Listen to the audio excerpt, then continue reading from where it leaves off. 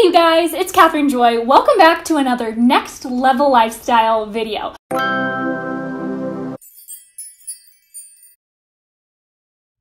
You guys probably saw my rocking chair upholstery / slipcover job, and today we are going to actually be upholstering this chair. If you don't know how to sew, if you have no experience doing this, don't worry, neither do I, and I actually did this whole process without sewing, which was fantastic.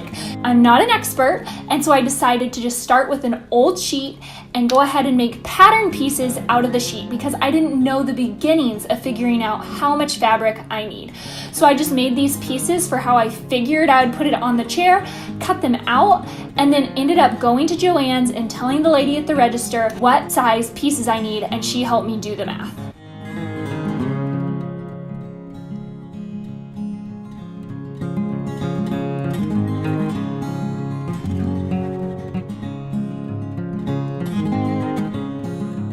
I got this lovely fabric, and I'm over here at my parents' house, and my sister Chloe, who you guys met in my pumpkin muffin video, is going to help me with this project. I'm super grateful.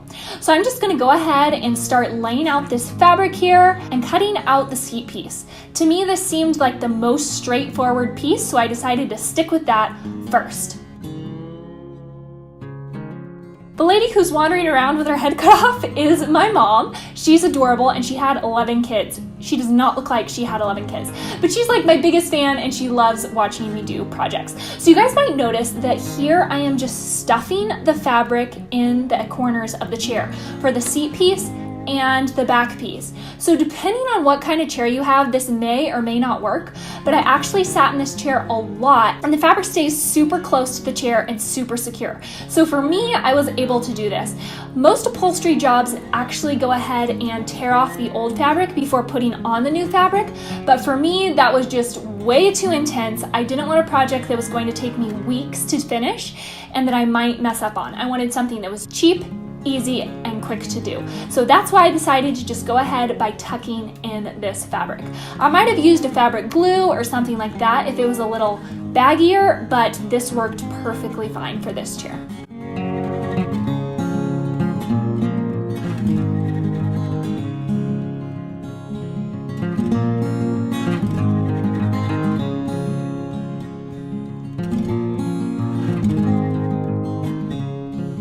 I'm just folding over that front piece and stapling it down. We had a terrible stapler. Well, either that or I'm terrible at stapling. I had to keep pulling out all the staples that I misput in. Chloe was super brave and let me beat around her fingers, which is totally crazy, and I managed to only hit my own fingers. And so hopefully Chloe will work with me again in the future. So there you guys go. That is like my terrible stapling job, but that is the bottom front of the chair where I'm securing it with staples. Next, we folded under these raw edges and stapled that down tight, and stapled it again and stapled it again.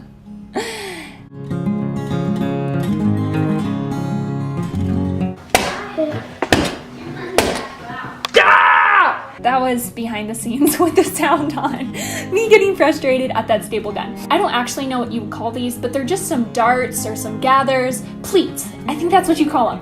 I did some pleats on the corners of the chair to make it conform to the shape of the chair better. And here Chloe and I are just imagining how the back would work.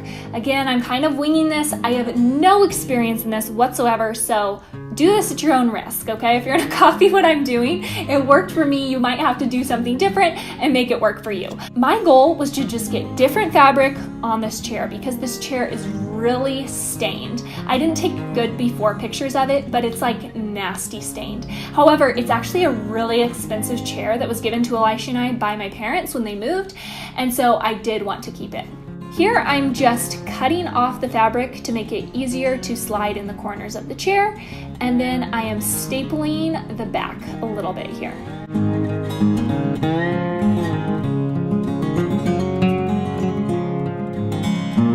This this actually is when the staple gun broke. We ran out of staples.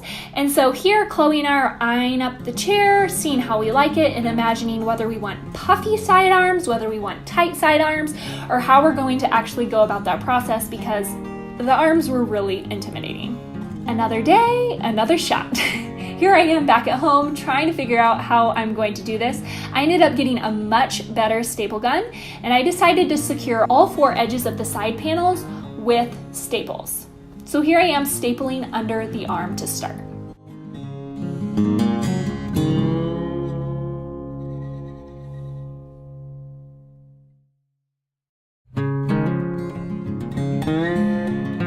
Then I did that little pleating again on the back of the chair, and then went and stapled the bottom of the chair, and then went and stapled the back of the chair. So as you can see, this is really tight, really firm, and really secure on all 4 edges of this side.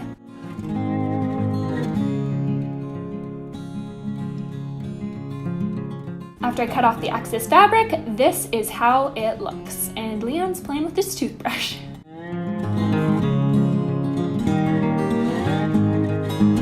Work from home. This is what working from home looks like. Okay, so then I went ahead and stapled the front on this right-hand side of the arm.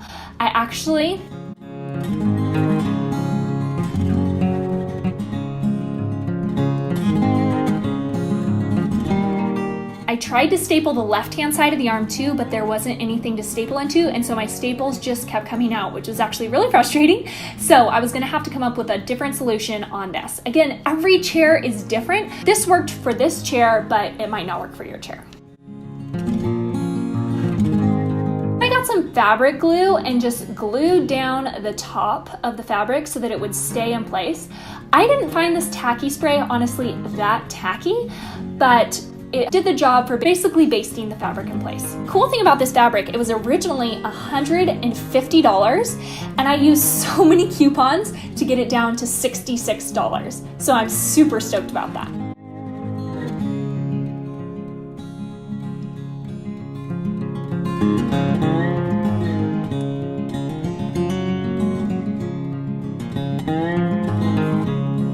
Both sides have been stapled already, and so I'm just hot gluing this back panel down because everything else is secure around it, and this is really just for looks. It's not going to take a lot of pressure through sitting or the kids grabbing on it or stuff like that.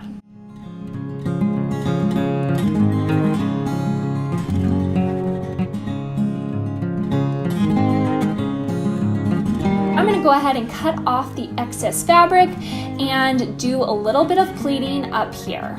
I tried tacky glue, that didn't work that well, so now I'm just going ahead and using hot glue, which is surprisingly super durable. Here I am responding to you guys on Instagram, and I'm just going to go ahead and do this hot glue all the way around and do my little pleats. I'm using a book to hold it because hot glue burns like the dickens, so I'm trying to avoid the heat.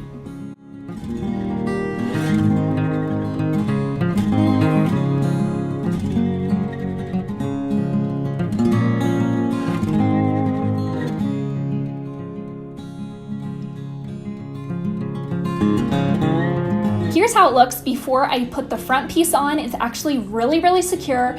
Any part that's taking like a big brunt of strain is stapled, mainly that right-hand side. The left-hand side, well, that's just hot glue. And it's another day, another outfit. I still haven't washed my hair since the beginning of this video. At least that's what it looks like. I basically did the same exact thing you saw on the right-hand side on the left-hand side. I just stuck little pins in the front of the fabric and pinned a piece of fabric to the chair and then cut out around the shape of the arm. Then once I got the general idea, I went in and did it a little bit tighter all the way around the chair. If I did this again, I would do it so that it worked on one side and then cut out a replica for the opposite side. I wish I had done this on this chair because both arms did not turn out the exact same way, but it worked.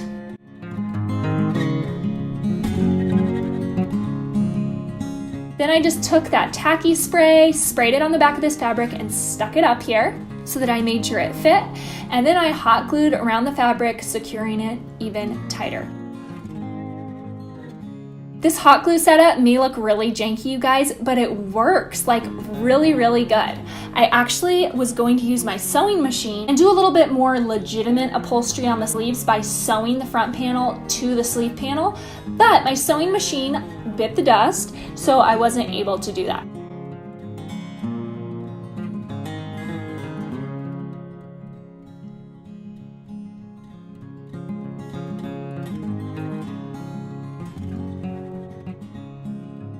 Then I'm just covering up these staples with this cording that I got for $5, so it's a pretty good deal.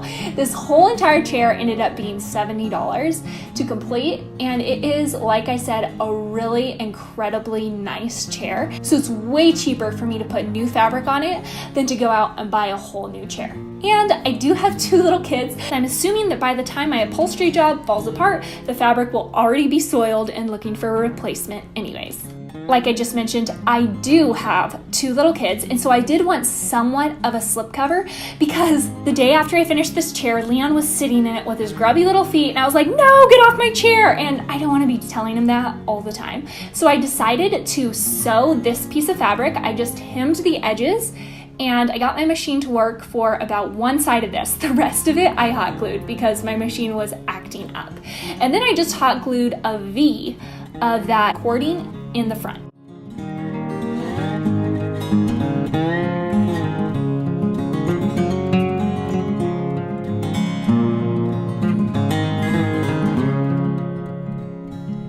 And here is the finished chair. I love how it turned out, you guys. For a total hack job, it's actually super secure.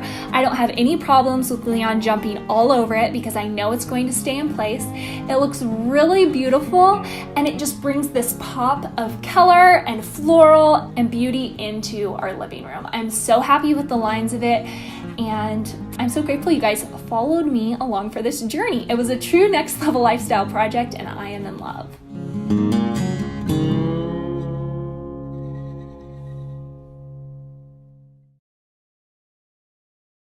And here you guys can see it with that little slip cover bit on it.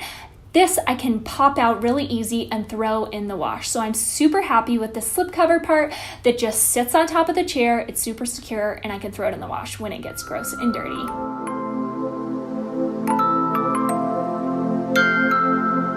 Thank you guys so much for watching. If you enjoyed this video, please give it a thumbs up. If you're looking forward to more next level lifestyle projects, and if you haven't subscribed, subscribe. I would love to have you guys along for the journey. And also, actually, if you have been subscribed, YouTube has been unsubscribing people. So you might want to make sure you're still subscribed and hit that notification bell.